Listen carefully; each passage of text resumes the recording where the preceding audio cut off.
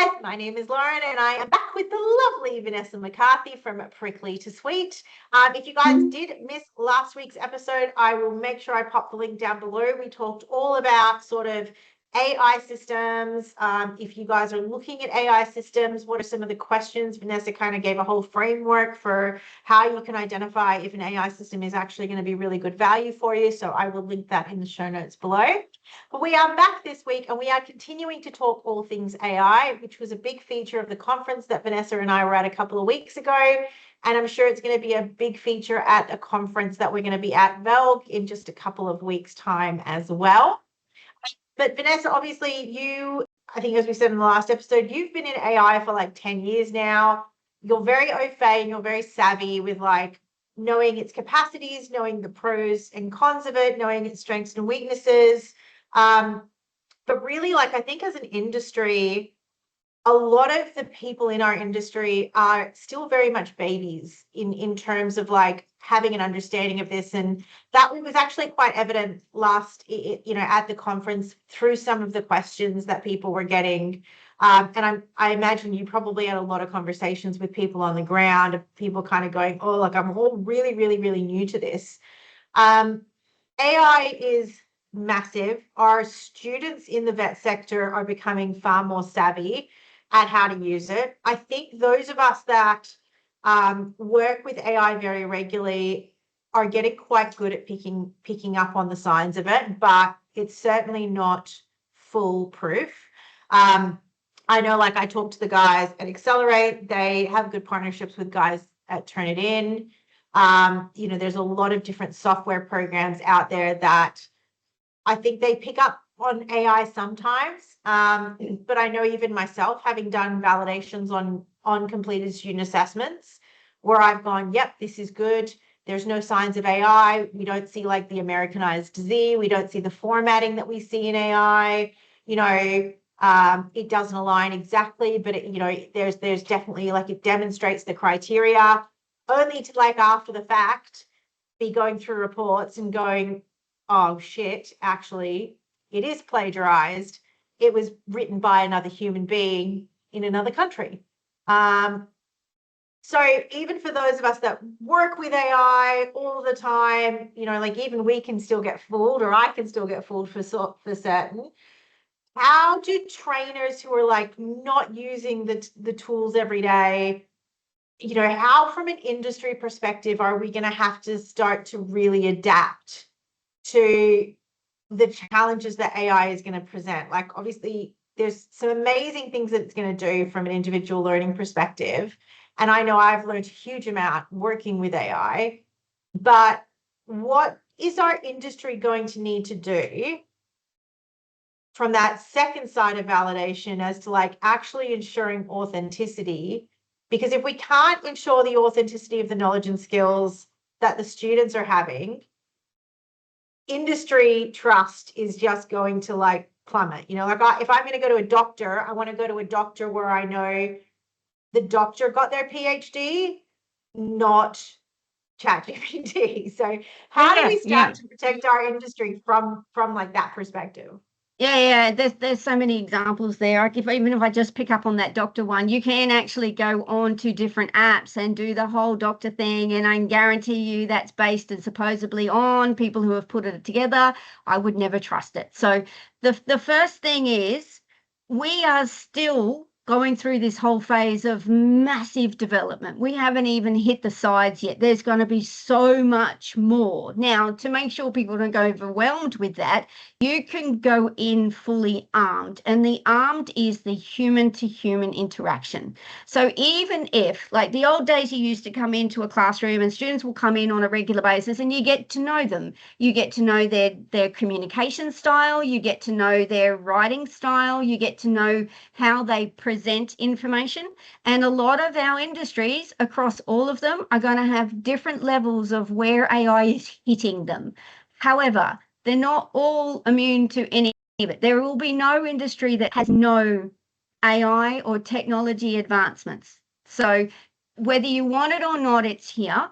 whether you're ready or not, you have an obligation to yourself and to your students, a duty of care to some degree, as well as then to your industry and future employers of those students to do a number of things. The one is you're charged with judgment. And the judgment is if somebody can do it or not, can do that task or not. So that's why the whole dimensions of competency is still very relevant, even though not talked about much. And this is still very much the understanding of demonstration. And there's huge information discussions about RPL now, right? So there's RPL is AI is hitting RPL as well. So training, there will be AI. Assessment, there will be AI. Judgment is still down to humans. Even those self-marking assessments, humans still have to establish that. And it's only one part of the rest of the assessment. You know, the whole not yet competent thing is still very relevant, right? They might have got a little bit here and there. But when we're talking about authenticity, you can't rely on just lots of written assessments. You never have been able to, but you really can't now because of that whole ChatGPT thing or, you know, the AI generative stuff. The understanding, however, is if you set your students and your staff, like trainers and assessors, you set up the guidelines and the boundaries to say, we're not going to ignore it and we're not going to say you can't do it. We're going to say, we want you to do it. And here's some of the ones you can try because these are relevant to your industry. Don't just let them go off willy-nilly themselves. Some always will, but if you can go, this is an activity we're going to do ourselves. And we're going to use different tools, but we're going to critique it related to the unit that you're doing. So no matter what industry, pick that AI that the industry is using. You're already then current with what's going on with technology and different foundation skills related to observation and other bits and pieces, maybe even interpreting certain written materials such as this is how you use this AI, right? Just as simple as that. You then can go, okay, we're going to use it for these different activities, and then we're going to do it in a team environment, even if it's not face-to-face, you could still do it. Then you review it. And this is where you start doing those human interactions of problem solving and analysis based on the industry. We don't want them to go off and do research and PhDs and all the rest of it if that's not what they want to do in their pathway of learning. But acknowledging it's there is better than ignoring. Acknowledging and using and utilizing is better than blocking altogether. So it's just a matter of don't be afraid, use and investigate, but use it with an encouraging voice to say, aware of these traps. Because you as the industry person should have a lot of industry experience and have the ability to go, yeah, that's all fantastic. However, this is why that wouldn't work in the real world. So use it and identify it, but then also identify to say, okay, you can use it in this part, but you can't use it here. And this is the repercussions if we do find it.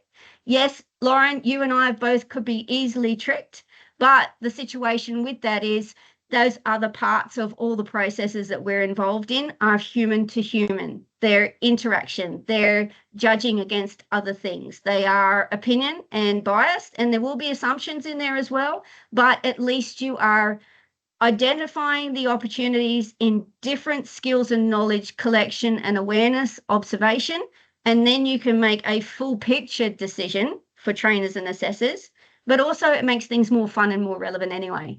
So, Yeah. you know, use it, but be in some sort of context as well as some sort of framework is the best thing I think you should do. I know that, like, so from Anna Wire's perspective, we've just made some tweaks and adaptations to the assessment design so that now, with all of our Accelerate assessments, we have 2 questions out of the written questions where the student will have to, like Accelerate's got like a live video feature where it will turn on the video, take the answer live, and then turn off the video. And obviously we're now then updating the instructions to go, look, your video is going to come on, you know, please make sure. And I think we're going to have to put a lot more into it of like, please make sure you're dressed. Please make sure there's nobody in the background. You know, all of these sorts of things that we're going to have to start to be a little bit more aware of. I know there are other software, like there's other LMSs that will take random photos of the person that's doing it. I have no concept of like from a privacy perspective, and I know you're better on this than I am in terms of like, you know, what image, like what you can do in terms of images, what you can keep, how long you can keep them for, and everything like that. This is definitely, I think, some of the newer things that we're starting to see people coming in with, like the retention of videos, taking of videos, automated screenshots, automated, video captures to see if it's the authentic person, tying that into driver's licenses, passports, whatever. Yeah, I have a real issue with all of that. Yeah, so and there's a number of reasons why. Talk to me about the reasons why, and if a provider is looking at doing something like that, what are some of the things that they need to be aware of, or what are some of the controls or the policies that they need to put in place in order to manage that?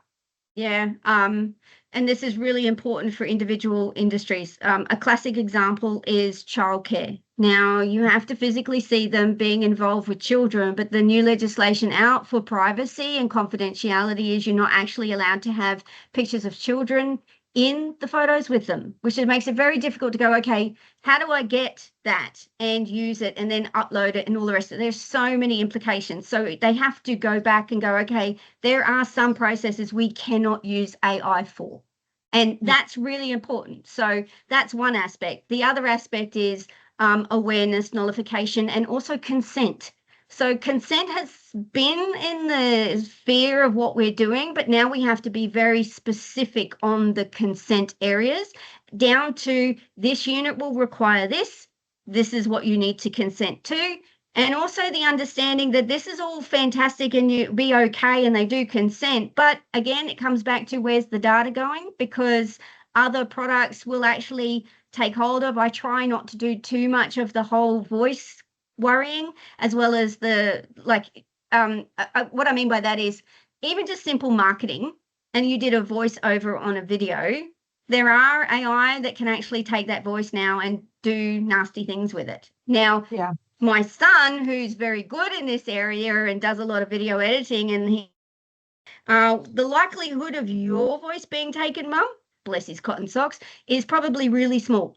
But there are people who will do a variety of things. Now, there is AI that if you're doing a voice thing, if they're really very good at trying to get away of not doing anything, they still have to do a lot of work to use AI to pretend they are there. Let's put it that way, right? So there are ways to identify you actually in front of the camera that isn't quite real. There are ways of doing voice that's not yours to answer questions that isn't you, but they still have to do a lot of work to do that. Right. Yeah. So I always get amazed in the fact of people going, well, what if they do this? It's like, beautiful. You're actually asking the right question. What if? See, if a provider starts asking those questions and thinks to worst case scenario, but also best case scenario, then you're doing that pros and cons that you mentioned before and being aware of what's available and identifying, is this a good thing we could use? Is this something we need to be aware of? But actually educating your students too, because they're coming through thinking this is lots of fun. I could get away with a lot. You go, okay, that's fantastic. You get a job. You can't do the job. You hurt somebody. You hurt yourself. What if? So give them the skill to ask that question too. And really, is it that much of a drama to spend an hour of your time to actually answer the questions and get better involvement, skill updating, actual learning involved? Because then you have to start questioning too. If a student's going to use AI to the detriment of trying to just get through it, then is that really the course they should be doing? And it comes right back to the whole enrollment process of an RTO and whether they're identifying the person who is going to be doing that course, is this the right one for them? So, you can have a big picture approach. You can identify the what ifs and make sure that that's the case. But yeah, there is awareness from an RTO's perspective and knowing the guidelines and the legal implications across all aspects of their RTO, and they should actually be aware of that from discrimination to consent to privacy to all these other areas, even accessibility, because that's the other thing. There is some amazing AI to make things more accessible to people and their learning. So there's some wonderful AI out there to do that, right? But you still have to ask, what if? What if I need them to do this and that's not going to be available for them? Are we disadvantaging? Are we identifying these things to everybody to make them aware that we do use this in our class? Or, you know, even the whole VR sets, I can guarantee you, and as I have tried and I will continue to try, I'm hoping they get better, but my eyesight won't allow me to use them because I can't see out of my left. So they expect both vision. No matter what they do in those VRs, wonderful AI, not going to work for me. So I'm actually disadvantaged if that's the way that they're actually going to do those lessons. So you have to consider not just what they could do wrong, but is this for everybody is the other side. Yeah. Getting to know your cohort, all sorts of things. Yeah. Yeah. And I mean, look, it's a very interesting area because obviously from my experience, I think most students are very, very keen on getting the skills. They're less keen on getting the knowledge that underpins it all. And that's why I think we tend to see a lot more plagiarism, cheating, things like that happening in the knowledge space, right? We are, over the history, we've had lots of students come to us and go, this RTO gave us this ticket, but I don't actually know how to drive the forklift. I don't actually know how to use the digger. I don't actually know how to, and it's always the skill, right? So I think that it's not never, but it's far less rare that students try and short on getting the skills. They want to get the skills. The plagiarism space is going to continue to be there for the knowledge because a lot of people will look at it and go, I want the skill. I don't need the knowledge to do the skill. And it's kind of like, oh, actually, you kind of do. So you've got to think then our knowledge assessments aren't up to date. They aren't considering the current environment in which people are working and living in. We're asking them to write too much when their job never requires them to fill out a huge thesis of knowledge. We need to go back to understanding how knowledge is acquired in the real world on the job. If it's not through practice and understanding, you provide then opportunities to do a different way of capturing that knowledge. So maybe we need to actually stop, and I really hope this is the case, stop expecting people to do 50 questions with parts to them. It's like, just stop, think about the actual knowledge itself. What are you actually required to be aware of to do the skill?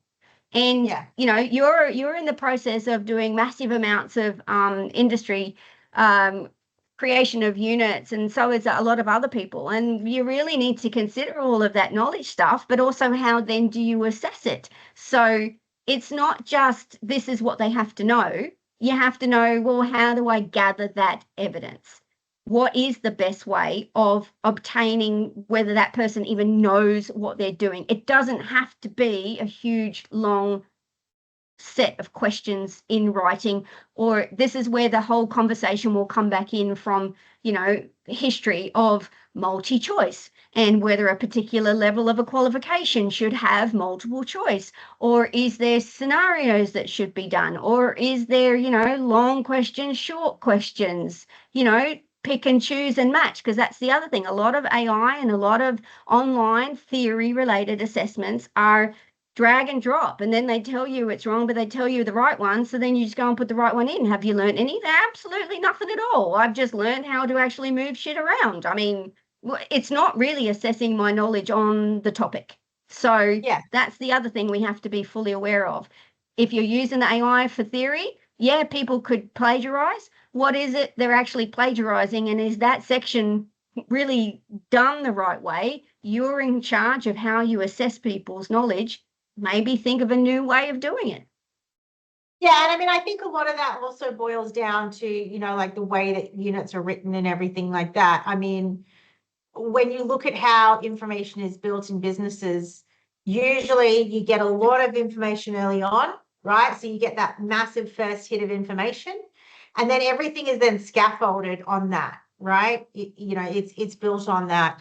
And I know that, like, I mean, for me, that makes a lot of sense. That's why you've got those sort of first couple of units that are sort of your core foundational, fundamental sorts of knowledge, how you operate safely, how you operate hygienically, What where you go about legislation you finding have to comply information. with.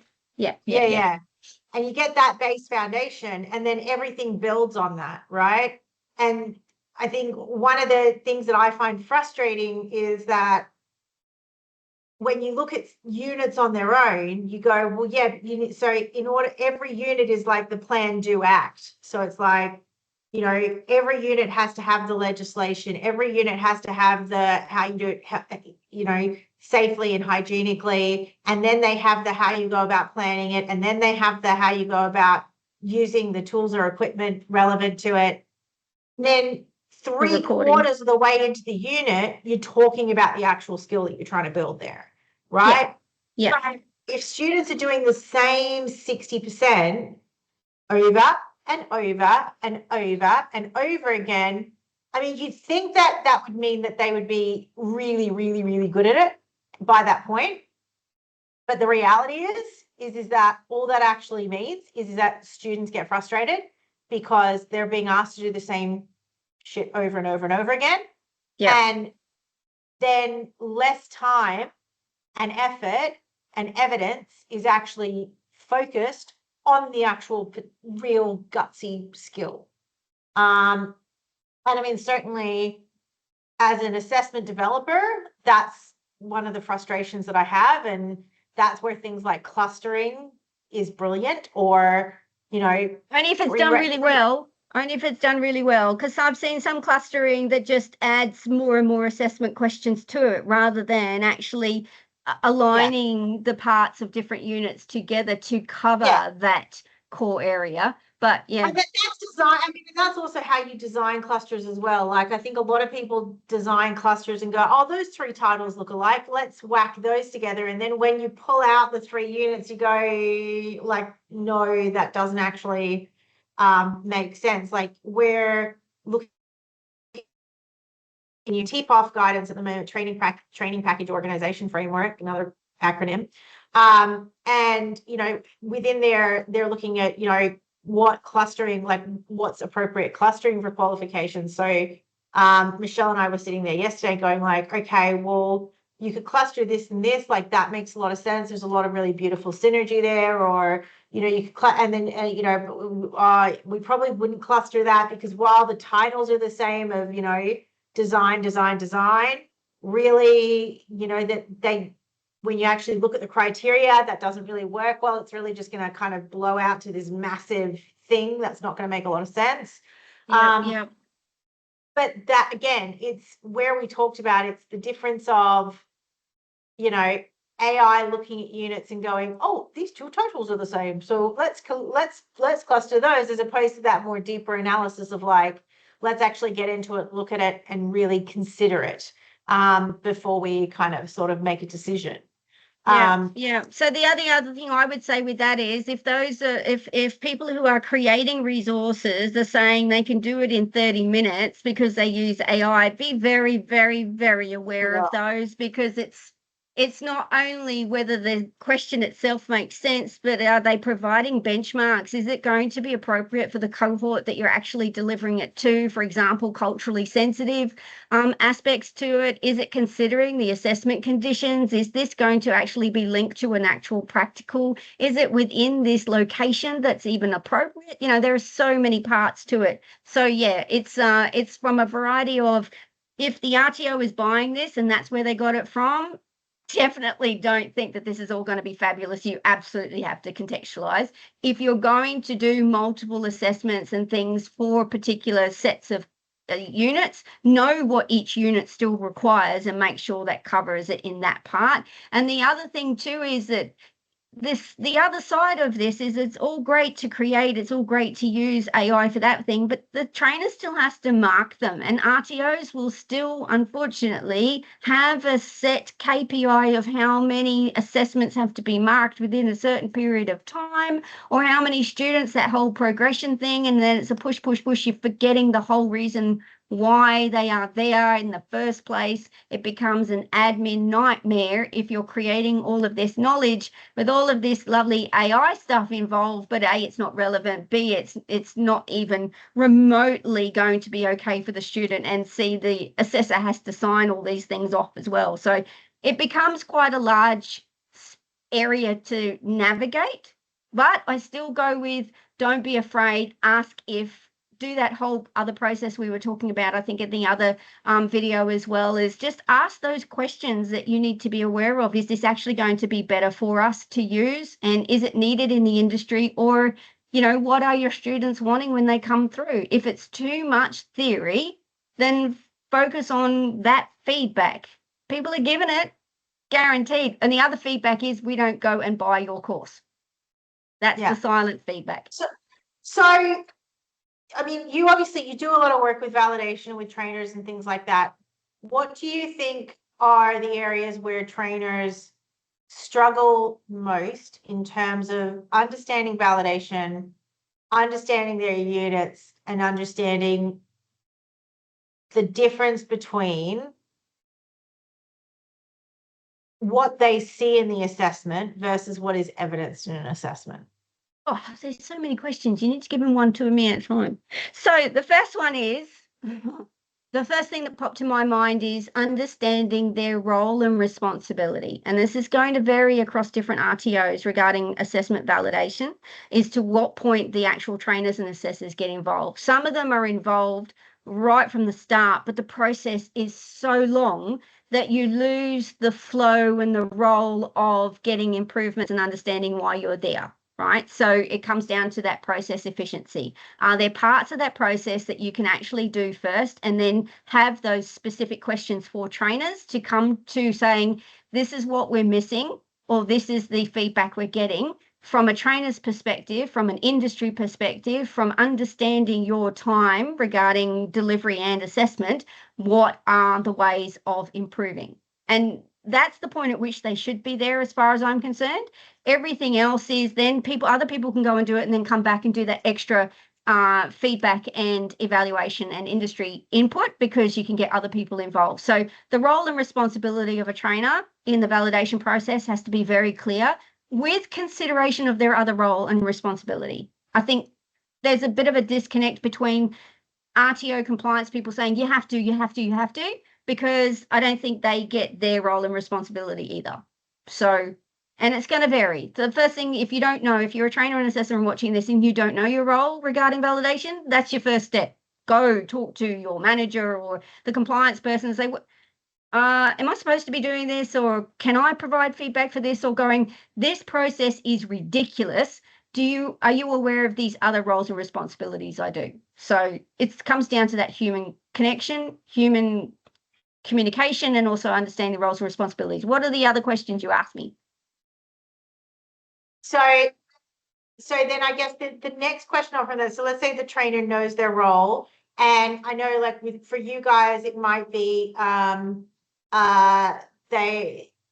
they've run the unit through your system, you've got some initial mapping there, they've got their mapping too, we've identified some potential gaps for discussion. We then sit down with the trainer and we're looking at the tool itself, and then we're looking at the completed student assessment, right?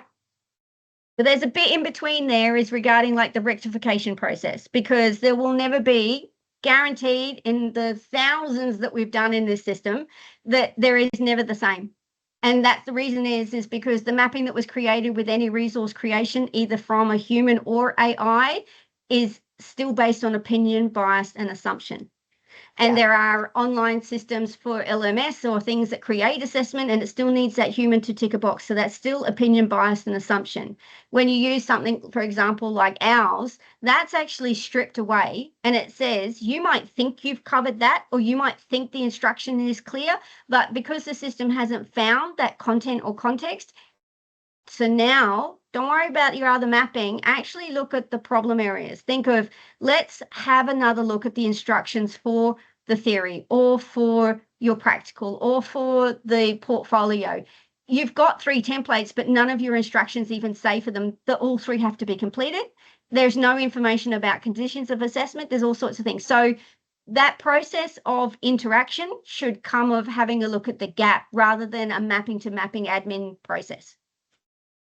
Trainer's role in that process is for the trainer to go, okay, but this is what we do in practice, right?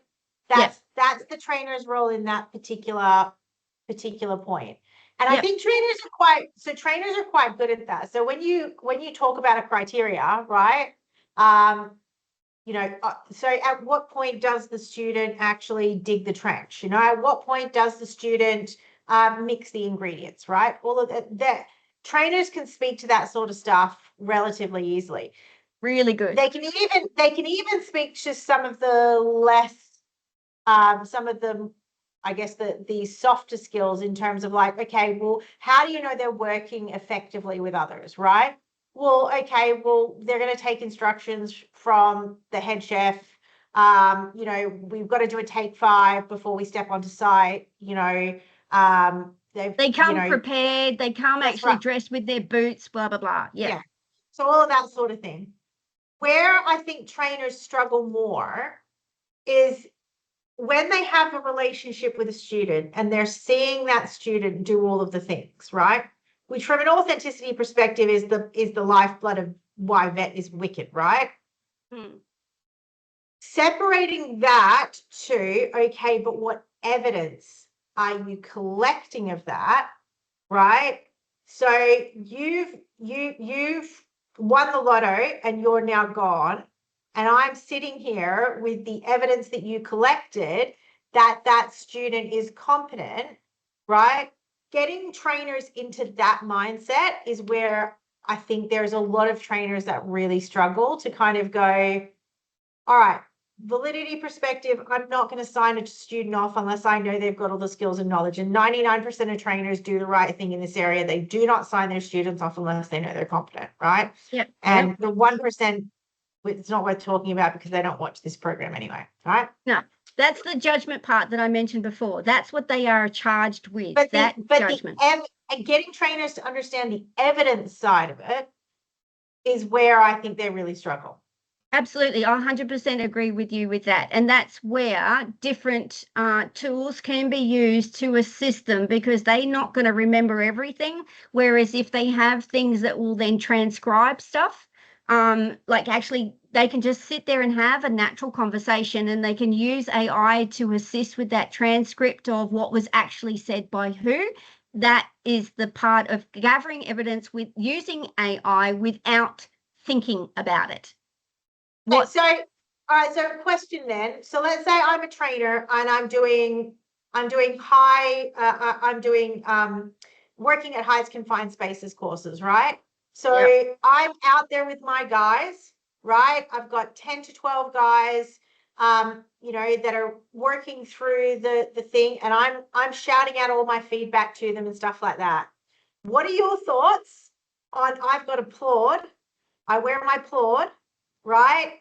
And I'm shouting out all of this feedback, and I'm giving the guys all this feedback. And then I come back at the end of the day and I sit down to mark my assessments and do my observations.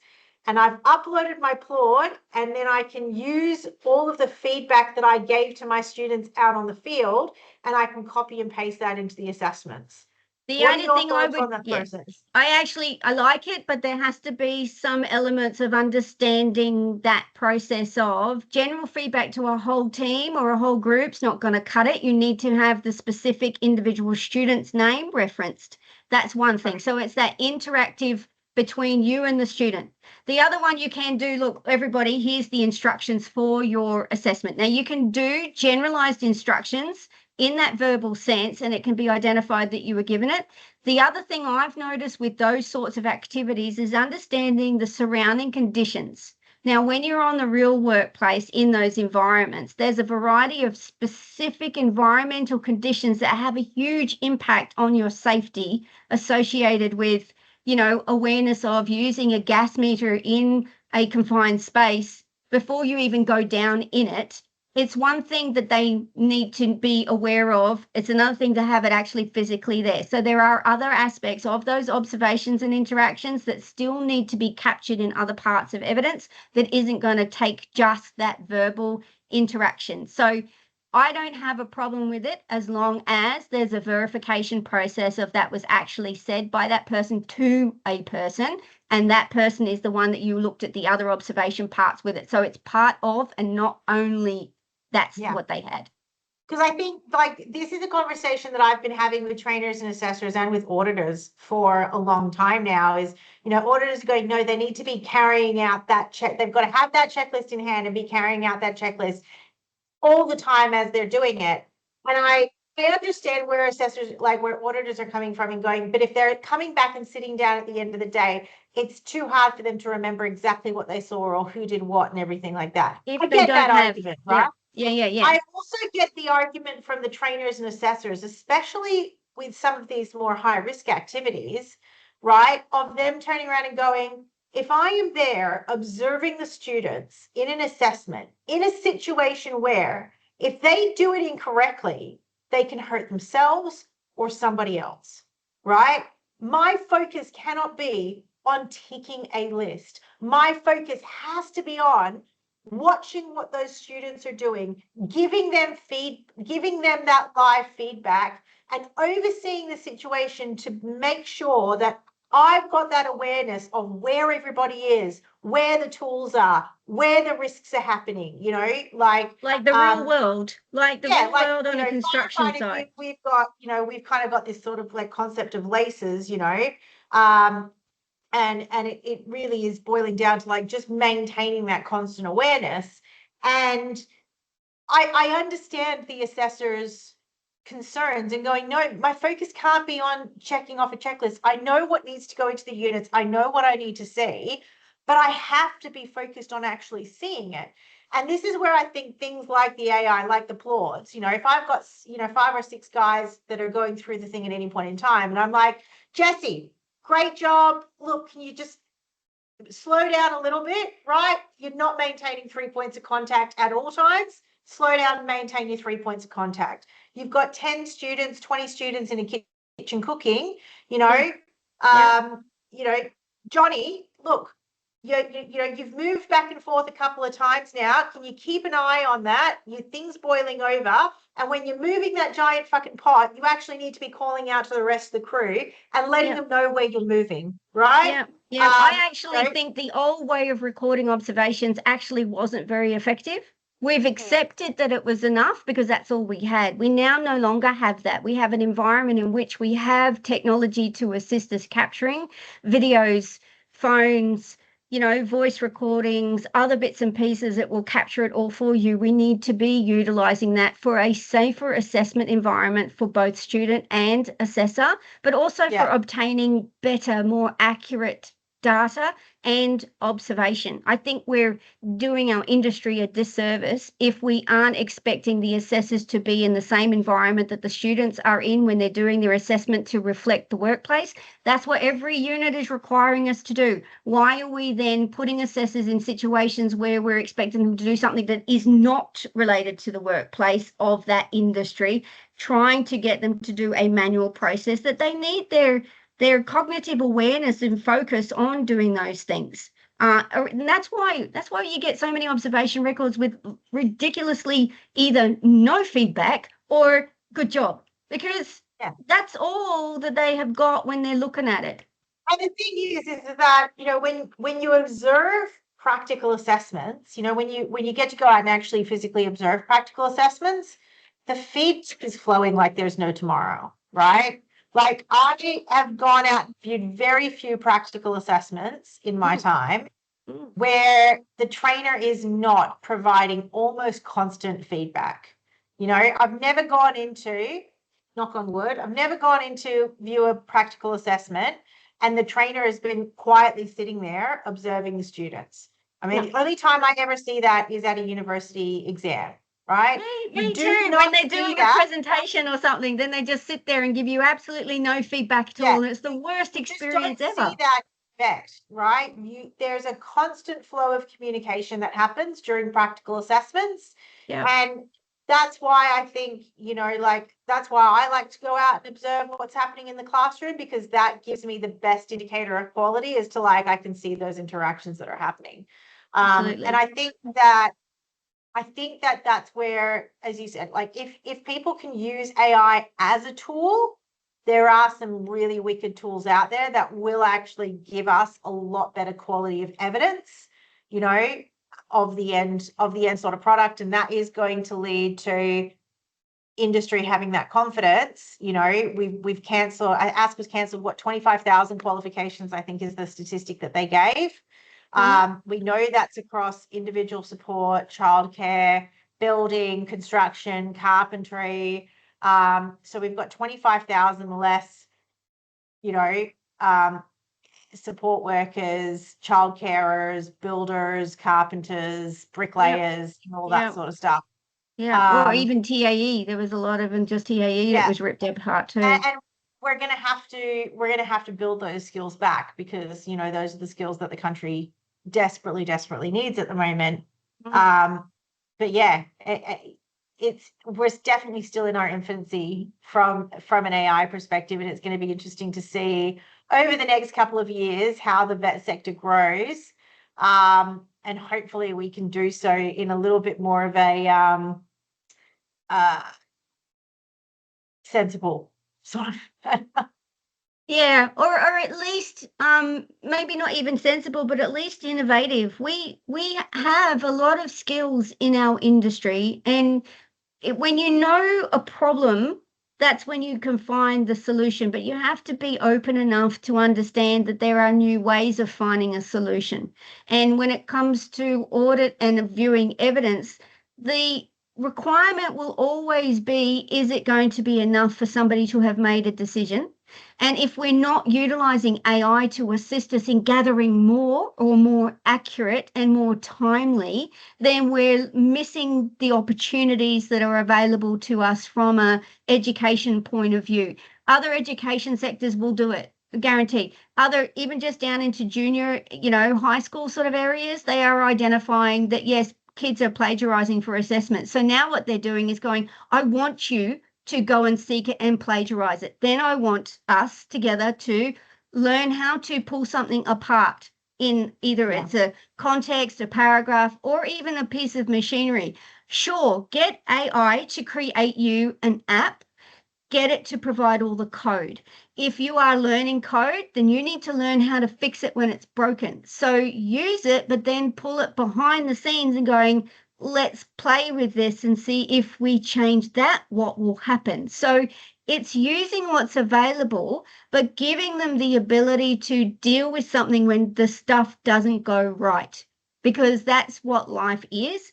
Shit happens. And if you don't know the back end or the knowledge part, because you've plagiarized everything or you've used AI to fix everything, then what's going to happen? I mean, I always think of this concept. I've been driving a car for a while, and different places and different locations around the world fill up cars differently. Now, some cars are now going to be using a lot of AI, and they're both, dual, whether they're fuel or whether they're electric. Now, I would not know myself how to spark up an electric car. I've seen it, but I don't know all the bits and pieces about it. Because what happens if you don't? Is there a time frame? Is there all of this? It's no longer filling up a car like we learnt. And then even when you go to a different country, the actual paying process. Here in Australia, you go up to a pump, you fill it in, you go and pay. Parts of New Zealand, you have to pay first. And then, you can fill up. But some other parts of New Zealand are, for example, they don't take international credit cards. What do you do then, right? So it's that problem-solving awareness on even just the basic daily interactions. So even if you're going through a whole learning process, how boring is it if it doesn't show you what's currently happening or happening in the future? Because then you come out going, yeah, I've got this qualification, but the employers don't want it because they've moved on. They've already used this AI and we've gone somewhere else. So it becomes pointless, right? So then providers start getting a bad reputation. The vet sector gets a bad reputation and go on. So we have a duty to our sector and to all the industries that use us to stop being afraid and start using, start investigating, and be the forefront of this. And our regulators have to acknowledge multiple ways of showing evidence. And that's the other part of it is we're doing what we can. In our industry, we do this, but it's the awareness of we've done all our due diligence, we've done all our risk management, we've done all our governance. We have made sure this is a safe environment, but we were still able to do this. We piloted it, we checked it out. Employers love it. This is a new technology. They're coming in. Our students use that technology. They created it. Let's go, right? So that's what we need to do. Stop being behind and start being forward using this technology. So I guess to wrap it up, if RTOs out there are looking to get some help from you, what are the services that you can offer them and how do they get in contact with you?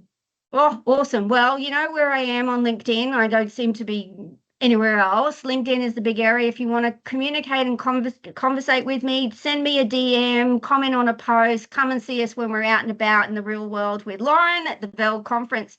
The other way of doing it, obviously, is to go to pricklytosweet.com.au. We can assist you with your validation process, doing different tools and different products. We also have a qual product, which will review your trainer and assessor evidence for their current industry knowledge and skill, being very aware of there's different terminology now. But what we try to do is provide you the ability to streamline your process, upskill your staff with data awareness, use it so that you get a better return on investment. And obviously, I've written 2 books. You can go and check me out on any of the book related retail people and just, yeah, reach out. We're not that scary, I'm pretty sure. And I know my voice is a little bit young, apparently, but I still know what I'm doing. All right, guys, if you want any more, you can also find all of Vanessa's contact details below. We hope you guys found this conversation helpful. My name is Lauren. This has been Lauren and Vanessa. We will see you guys soon. Have a great day. Thank you for having me.